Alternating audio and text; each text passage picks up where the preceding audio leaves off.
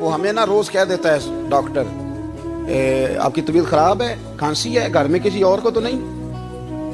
ہاں جی ہے جی.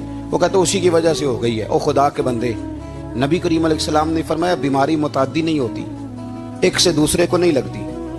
اور بڑے سادے انداز میں مسلم کی حدیث ہے, ایک صحابی نے کہا یا رسول اللہ میرے اونٹ کو اس اونٹ سے خارش پڑ گئی ہے. تو اللہ کے رسول فرمانے لگے تیرے اونٹ کو تو اس سے پڑی ہے, تو اس کو کہاں سے پڑی تھی؟ کہنے لگا جی وہ تو قدرتی معاملہ ہے. تو حضور فرمانے لگے یہ بھی قدرتی معاملہ ہے. اب ہمیں جو مرضی, اعلیٰ حضرت کے زمانے میں لوگوں نے کہا کشش ثقل ہے, زمین اپنی طرف چیزوں کو کھینچتی ہے. دلیل کیا ہے؟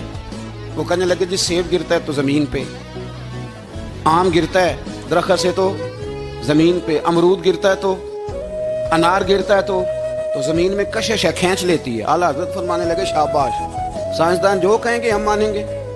فرمانے لگے زمین نے آدھا کلو کا سیب کھینچ لیا ہے, 1.5 پاؤ کا انار کھینچ لیا ہے, پر ہم نے غبارے میں 1.5 چھٹانگ ہوا بھر دیا, وہ تو زمین سے کھینچا نہیں گیا. یہ کس قسم کی کشش ثقل ہے؟ یہ ابھی 2 سال پہلے ڈاکٹر عبد القدیر خان کا مضمون چھپا تھا روزنامہ جنگ میں. وہ کہتا ہے مجھے وہ مولوی چاہیے تھا جس کے پاس قرآن حدیث بھی ہو اور سائنس کے علوم بھی ہوں. کہتا میں نے زمانے کے دروازے کھٹکھٹائے, پھر میں پہنچا بریلی کے امام کے پاس, اور کہتا ہے وہاں جا کے نہ میں ٹھہر گیا ہوں, اس لیے کہ مجھے قرآن و سنت کا نور بھی ملا ہے اور مجھے سائنس کے رموز بھی ملے ہیں.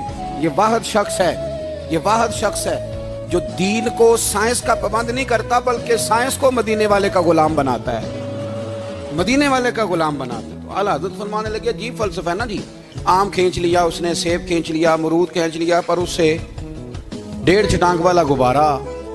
تو لوگوں نے کہا حضور پھر مسئلہ کیا ہے؟ آپ فرمانے لگے مسئلہ یہ ہے کہ ہر چیز اپنی اصل کی طرف لوٹ جاتی ہے. ہر چیز اپنی, سیب امرود انار زمین سے پیدا ہوتے ہیں تو زمین پہ گرتے ہیں.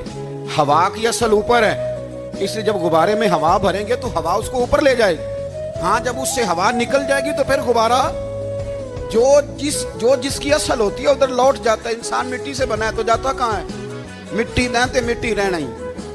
ایمی کا دی بلے بلے, اج مٹی دے اتے بندیا تے کل مٹی دے تھلے.